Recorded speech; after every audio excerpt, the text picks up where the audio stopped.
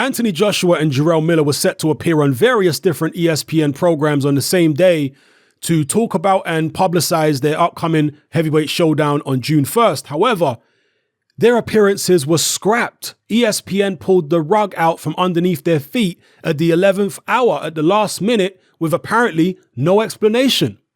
Now, what we do know is John Skipper, who is the, I believe, president of DAZN at the moment, used to be the president of ESPN as recently as 2017.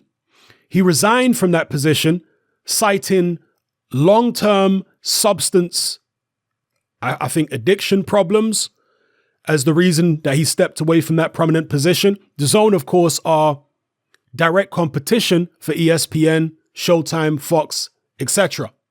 So why now?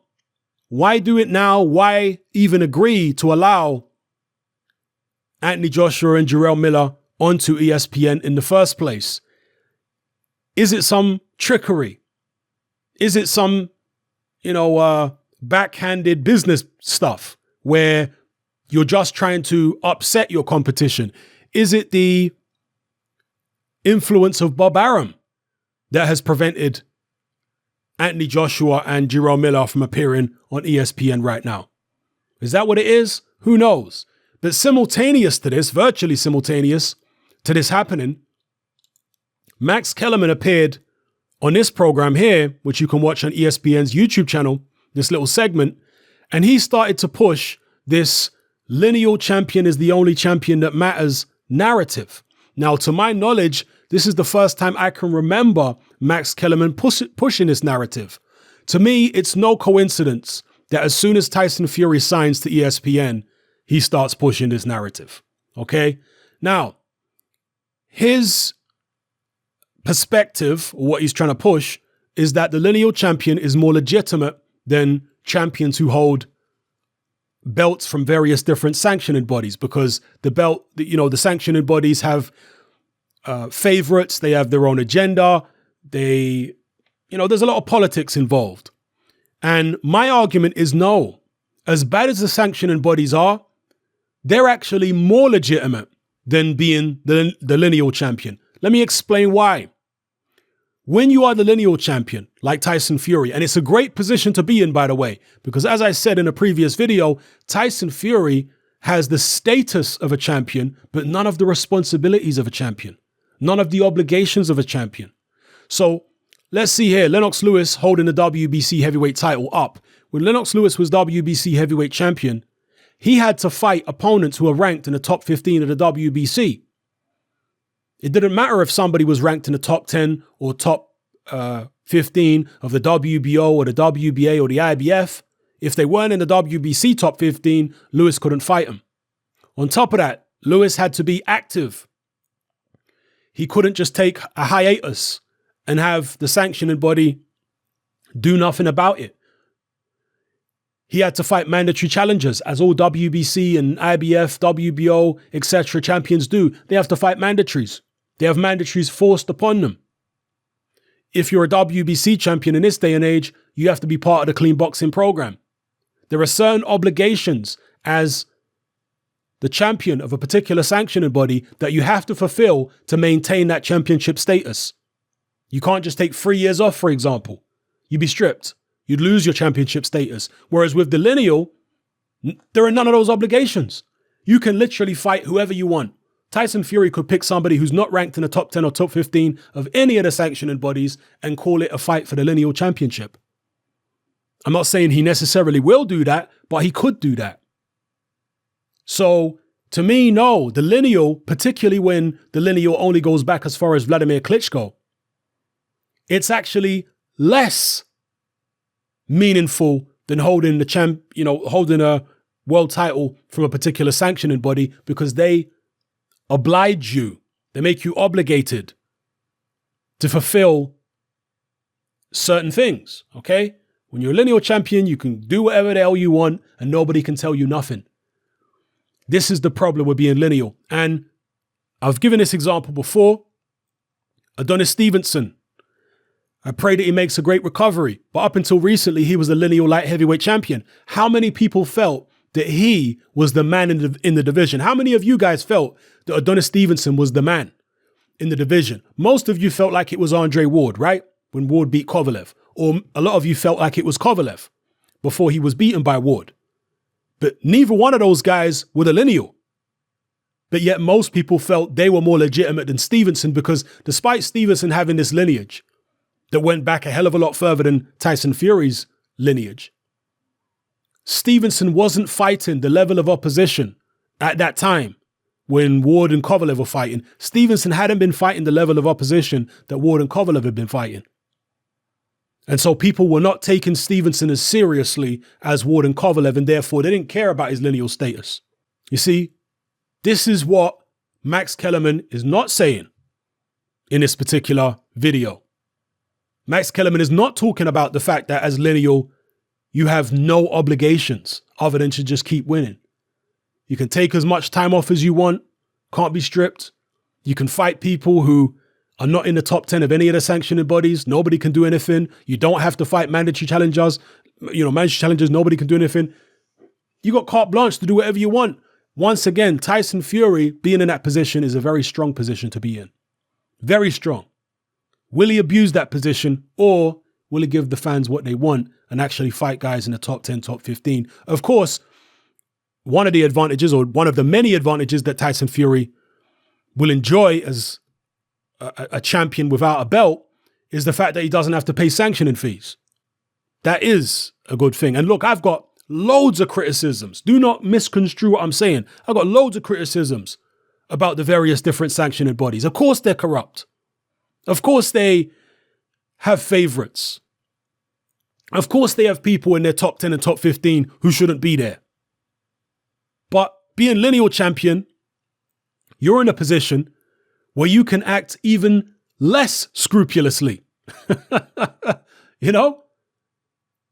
You can take the mick even more than a sanctioning bodies, or even more than a champion who is, who holds a belt for a particular sanctioning body. Yeah, you can take liberties even more when you're lineal champion. This is the danger, okay?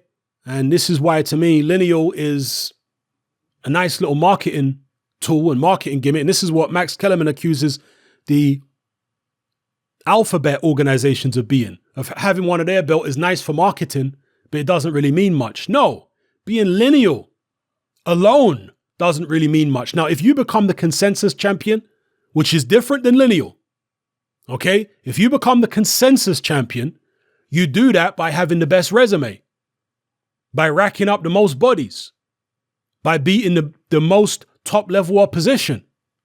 Right now, here is my argument. Right now, we don't really have a consensus champion. No, we don't. Anthony Joshua at one point became consensus while Tyson Fury was away. But since Tyson Fury has come back and he's shown that he can still mix it at top level with Deontay Wilder, and Wilder has beat Ortiz, now Anthony Joshua's status as consensus champion is up for debate. We don't have a consensus champion right now. But what you're going to get is you're going to get the Max Kellermans of the world, the Bob Arums of the world, the Frank Warrens of the world, beating the drum for Tyson Fury and telling you that he is the only real champion, that he is the consensus champion. And of course, promoters and networks have been doing this for decades. So you're going to hear that from them. You're going to hear the same thing from PBC with Deontay Wilder. You're going to hear that he is the legitimate champion. And of course, you're going to get the same thing from Eddie Hearn and Anthony Joshua and Sky Sports, DAZN, that Joshua is the real champion. Will this start a new Cold War in the heavyweight division?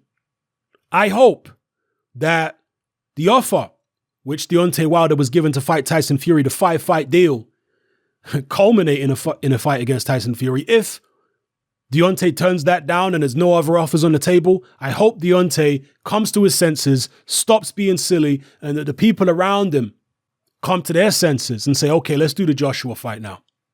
Let's do that. Because they ain't really got that much skin in the game. Let's be real. Deontay Wilder needs a Tyson Fury. He needs an Anthony Joshua to be a pay-per-view fighter. I don't think he can do it on his own. If he does it on his own, I'll put my hands up and say I was wrong. No problem. But I don't think he can do it on his own. And he wants them kind of paydays. So let's see what happens here. But yeah, indeed, ESPN predictably are now pushing the whole Lineal is the only legitimate champion narrative. And I've been over it before, back in the days when Michael Spinks was Lineal champion. Mike Tyson was considered the consensus champion because he was undisputed. He had fought way better opposition at heavyweight than Michael Spinks had fought. And that's why going into that fight, Mike Tyson was a huge favorite over Michael Spinks, even though Spinks was the Lineal champion. When George Foreman was the Lineal champion, he was a sideshow. Nobody really cared about Foreman when he was fighting the Crawford Grimsleys of the world, and he eventually lost to Shannon Briggs. And Briggs, by the way, was seen as a cherry pick. Lewis beating Shannon Briggs, the fact that it was for the quote-unquote Lineal championship was an afterthought, I can assure you, because I remember watching that fight live on Sky Sports. It was an afterthought. It was for Lewis's WBC title.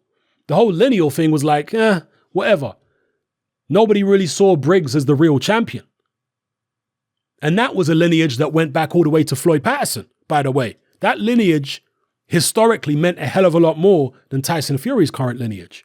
But people still didn't really care about Shannon Briggs having a lineage at the time. It was seen as Briggs getting a title shot against Lennox Lewis, not a unification. But again, this is how ESPN are going to market it. And Tyson Fury, see, I had somebody kind of pull me up in my boxing group, and they were saying, no, you're wrong about this. Tyson Fury doesn't have the status of a champion at all. Yes, he does. You might not think he has the status of a champion. In your eyes, other people might not feel that way, but there are plenty of people who do. And that's why Tyson Fury has been able to sign this $20 million deal. Because he is now viewed as a champion. He got what he needed from Deontay Wilder, which was a boost to his profile, exposure to the American audience. And it's a situation where a hell of a lot of people felt like he won. So he doesn't need the belt, actually. Whether you think that's right or wrong, whether you're concerned about that because he can fight whoever he wants now, doesn't have to fight mandatories, no obligations, has the status of a champion, but none of the requirements of a champion. You might not be happy about that, but the fact is, plenty of people are happy to put Tyson Fury up on a pedestal, call him a champion. Not only a champion, but the real champion. There are lots of people who are willing to do that now. And because of that, Tyson Fury is in a fantastically strong position. We'll see how it plays out from here on in, and we'll see who Tyson Fury fights in his next couple fights. It's going to be interesting. Will he abuse his position, or will he give the fans fights they actually want to see? Will Deontay Wilder take this 5-fight deal? Let me know what you guys think in the comment section below. Let's have them out. Join me on Patreon. I upload a minimum of 2 podcasts every single week, covering a wide variety of controversial topics, as well as live stream Q&A sessions. Take a look on screen right now at some of the podcasts I've produced so far. For just $3 a month, the equivalent of about £2 a month, you get access to all my new podcasts and my entire back catalogue of past podcasts, including my popular Confessions of a Nightclub Bouncer series. You can listen on your computer or on your smartphone or tablet by downloading the Patreon app from the Google Play Store or the App Store for free. The Patreon app also allows you to download each podcast in MP3. For less than the price of a cup of coffee, you get access to dozens of hours of exclusive content. It's easy to sign up, there's no contract, and you can cancel at any time. So come and join our community of free and critical thinkers by signing up with me here on Patreon today.